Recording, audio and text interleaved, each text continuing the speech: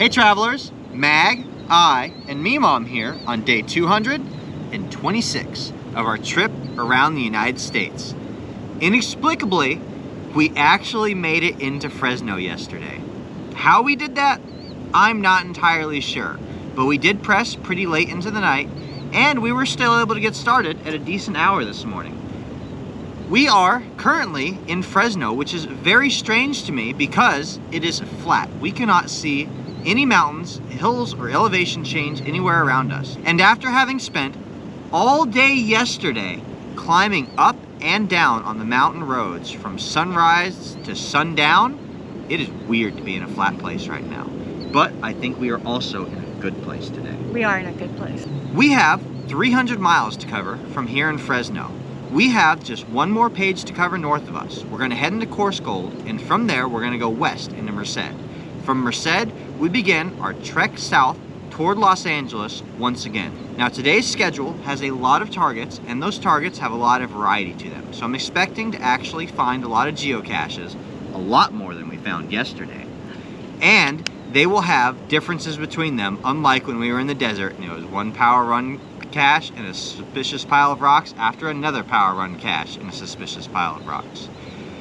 I know we're out of the mountains, I know we're out of the tough stuff, and we're on the downward trek to Los Angeles. So as far as I'm concerned, we're set. All the worst stuff is behind us in those mountains that we can't even see anymore. Let's see what today has in store for us. Come on, let's go.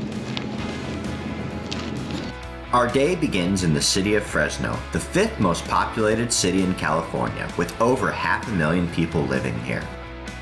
We did not stay long, however. We discovered a couple of murals, found a couple of geocaches, and then headed off up into the hills at the southern entrance of Yosemite National Park in Coarsegold.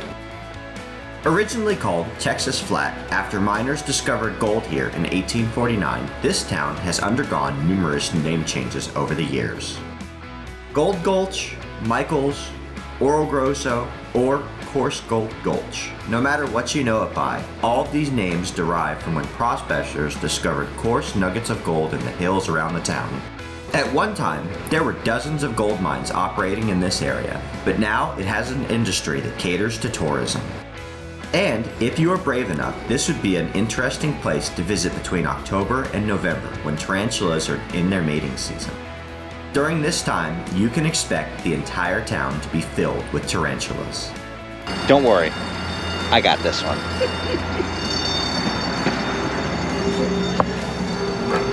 Oh, good one. See, the trick here is to let me mom look for it first to get her warmed up, and then I come in and make the find when she's like, I don't know where this thing is. It's right here. I say I'm still looking. As we had hoped, there was a lot of variety to be found in the geocaches we tracked down today. While there was the occasional lamp skirt lifter or guardrail, for the most part, what we found was uniquely hidden or hidden in a unique spot. It's days like this that having an accomplished finder like me all along makes all the difference in the world. As I struggle to make the find, she quickly dives in to save the day.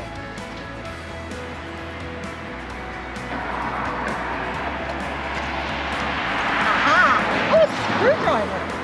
Where's the oh, so now.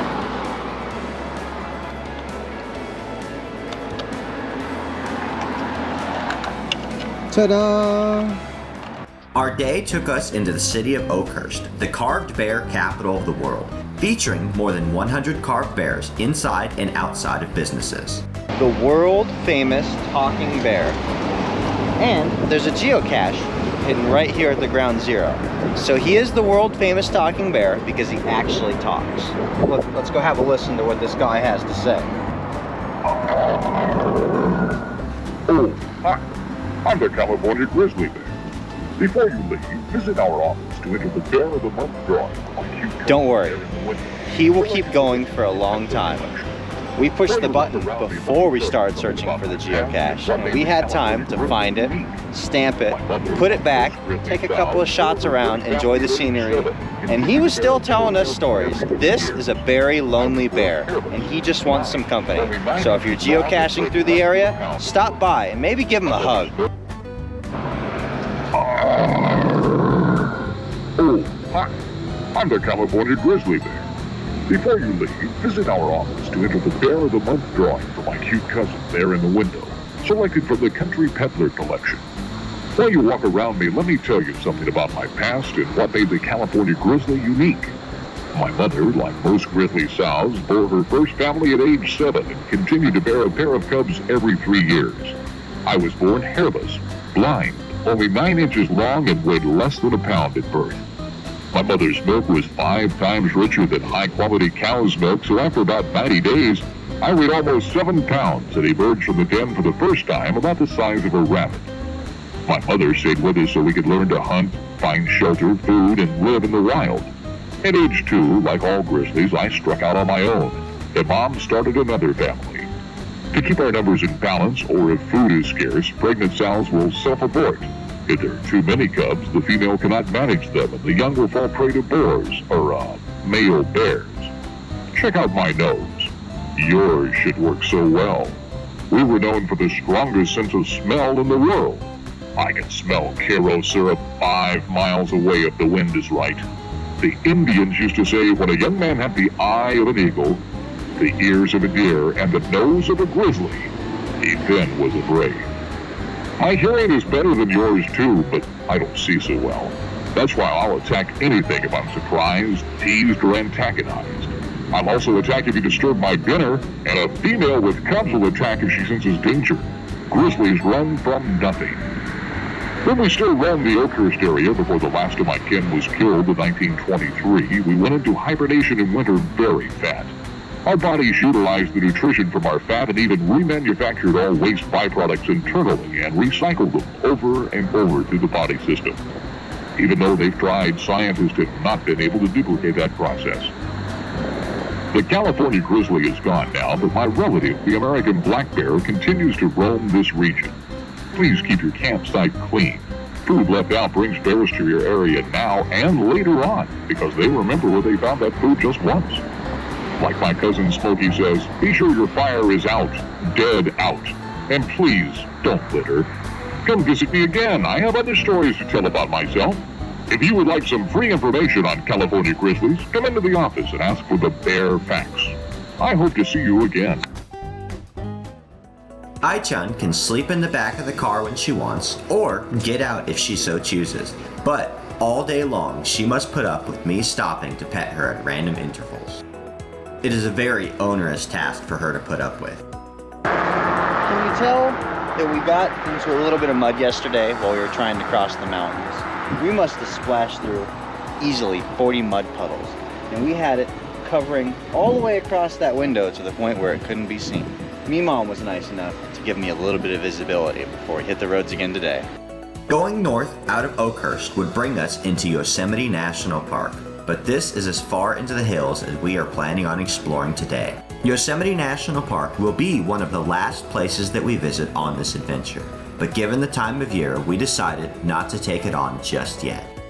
Instead, we began a steady descent out of the hill country, making our way west out of Madera County and dropping through Cathy's Valley before continuing on to the City of Mariposa. As the county seat of Mariposa County, this city actually has a very small population, only about 1,500 people living here. It had been named by early explorers after the flocks of monarch butterflies that could be seen wintering here each year. One of the most interesting things we saw in town was the 9/11 memorial display. It consists of 4 I-beams fixed at different angles of 9, 11, 20, and 01 degrees. Each beam represents civilians, military, law enforcement, and fire. Finishing our drop out of the hill country, we wrap up our day with a beautiful sunset in the city of Merced, the county seat of Merced County, with a population of about 86,000 people. Named after the Merced River, which flows nearby, this city is often referred to as the Gateway of Yosemite. And chances are, on our way back out of Yosemite, we will be seeing this town one more time. But while we were here, we could not resist swinging by to see the old historic county courthouse building and the Veterans Memorial right out front, the perfect way to end a great day of geocaching. What an amazing contrast we had to our day yesterday. Whereas yesterday, we found ourselves trying to cross out of Ridgecrest through the mountains and stymied with every effort. Today, when we woke up in Fresno, it was easy, breezy, all day long. It was one good stop after another, with one good find after another. I threw out a bunch of favorite points today. You did too as I well, did right? too, yeah. We saw a lot of really fun towns with interesting historical sites, all of those grizzly bears, and just in general, a lot of other fun stuff today. I can't believe that every single day that we've been here in California has offered us something different along the way. We've gone from the islands and the beaches into the inland areas with Riverside and San Bernardino, out to the deserts with Joshua Tree in the high desert, and then dropping back down lower again, and now back into the cities in kind of suburban California. Nice. I like the mountain towns the best though. I do too. We hope you guys enjoyed this tour of California today as much as we did. We still have one more day left on the road before we make it back into Los Angeles. Like this video, subscribe to stay tuned for daily updates, and we'll see you out on the trails.